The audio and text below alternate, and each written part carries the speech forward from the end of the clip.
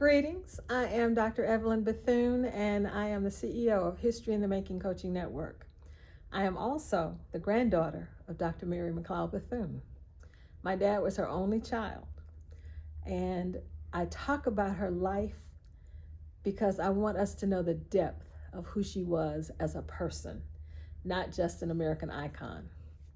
I think it is important that we know that she had one son, one child, and that there are 5 grandchildren, 3 of whom are living. And most people who know about her don't know anything about her family. She was very family oriented, and someone actually today said, every time I see a picture of her grandmother, she looks very stern, very serious. Well, my grandmother had an incredible sense of humor. She loved to laugh. She loved the arts. She loved music. She sang all the time. And so many of the times when she was raising money for the school, it was because she was traveling with the students. They were singing. They were engaging in the arts. That was critical for her. She understood the value of being a Black person. She took that into her being because she was alive to meet her great-great-grandmother, who was brought to this country on a slave ship, and who told her that she came from royalty. So she knew who she was. I think that played a large part in terms of how she carried herself and her unwillingness to be subjected to denigration. She took a position of power that she had inside of her. My great-great-grandfather purchased my great-great-grandmother so that he could marry her. Even though they were enslaved on separate plantations, he was determined to marry her, not just shack up. It took him 4 years to make enough money, working extra time, in a deal that he worked out with the person who owned him. Imagine that. He also managed, after he and my great-grandmother were married, and they had children that got sold away, he managed to keep track of his children. So when Emancipation Proclamation came and they were able to bring their family, he found his children and brought all of his children back together so that they were on the same plot of land. They built the cabin that my grandmother was born in.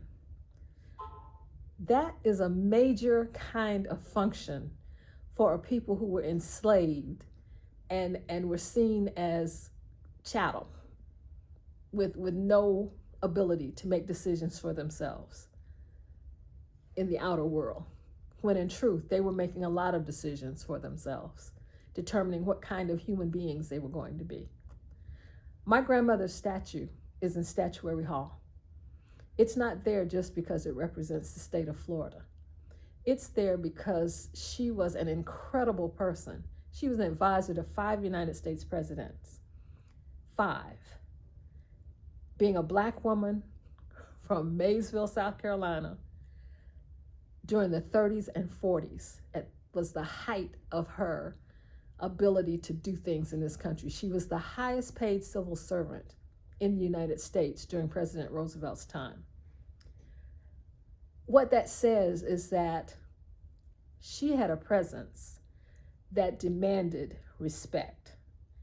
Even if people did not like her because of the color of her skin, they had to respect her intellect. She was a strategist. She invested her money. She did not just go along to get along. When they said that we could not go to the beach in Daytona, she put together a group of investors and they bought 4.5 miles of beachfront property in New Smyrna. And those lots were owned by Black people who could build homes and enjoy a state of relaxation without feeling endangered. She invested in Central Life Insurance, which was started in Tampa, Florida. She invested in Atlanta Life Insurance. These are Black-owned companies that were thriving during my grandmother's lifetime because we invested in our own stuff. She believed in ownership. She owned property. She invested in real estate development, because she also said, God ain't making no more dirt.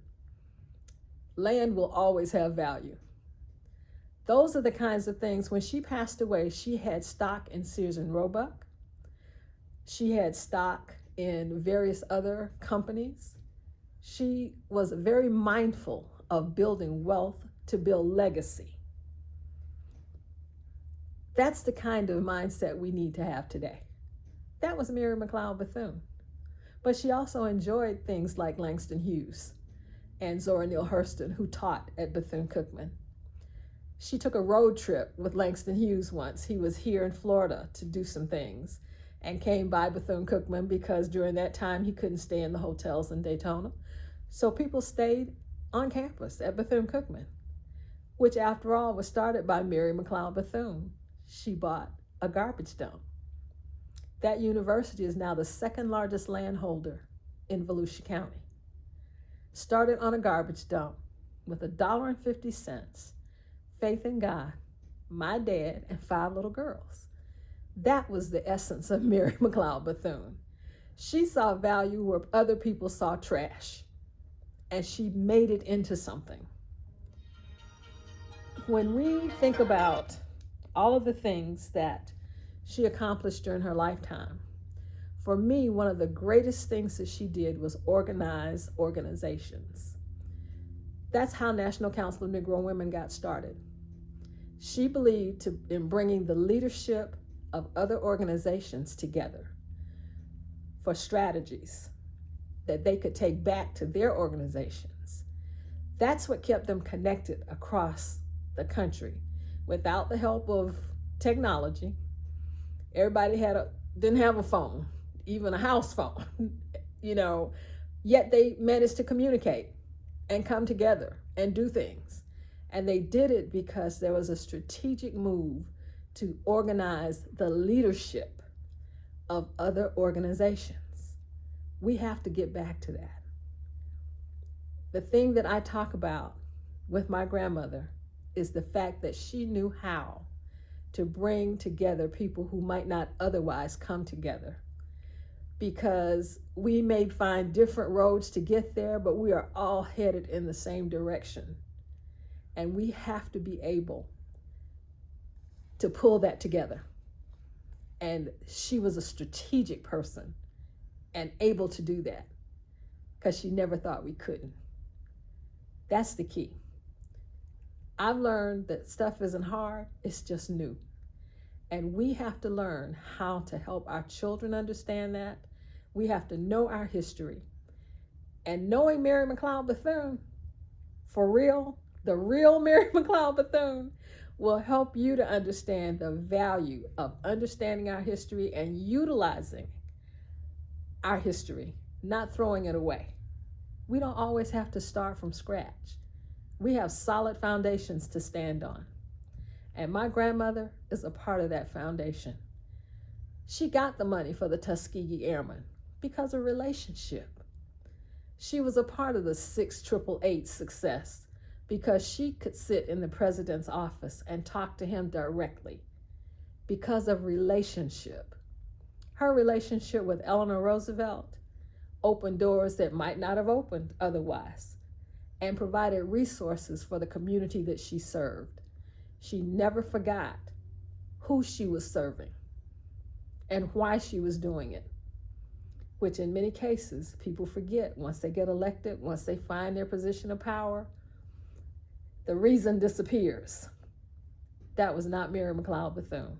She stayed focused till the end. When she passed away, she was writing a speech, getting ready to go to Switzerland to talk about world peace. She was on the founding body of the United Nations, the only woman representing the United States. She started the Black Cabinet. She was the only female on the Black Cabinet that had the ear of President Roosevelt. Think about that. Once again, a little Black woman from Maysville, South Carolina, which is still the size of this room. Yet she got it done on an international level. Bethune-Cookman has always been an international school. There are 37 flags that fly at that university. Students from all over the world, and it has always been that way. We have to come together in a global mindset and understand that our strength is in our being together, not apart. And that's what our history as a people is about. Our strength was always in us working together and supporting ourselves and our organizations. If we do that, nobody can tell us what we can or cannot do, because we control our own destiny. Self-determination, that's the key.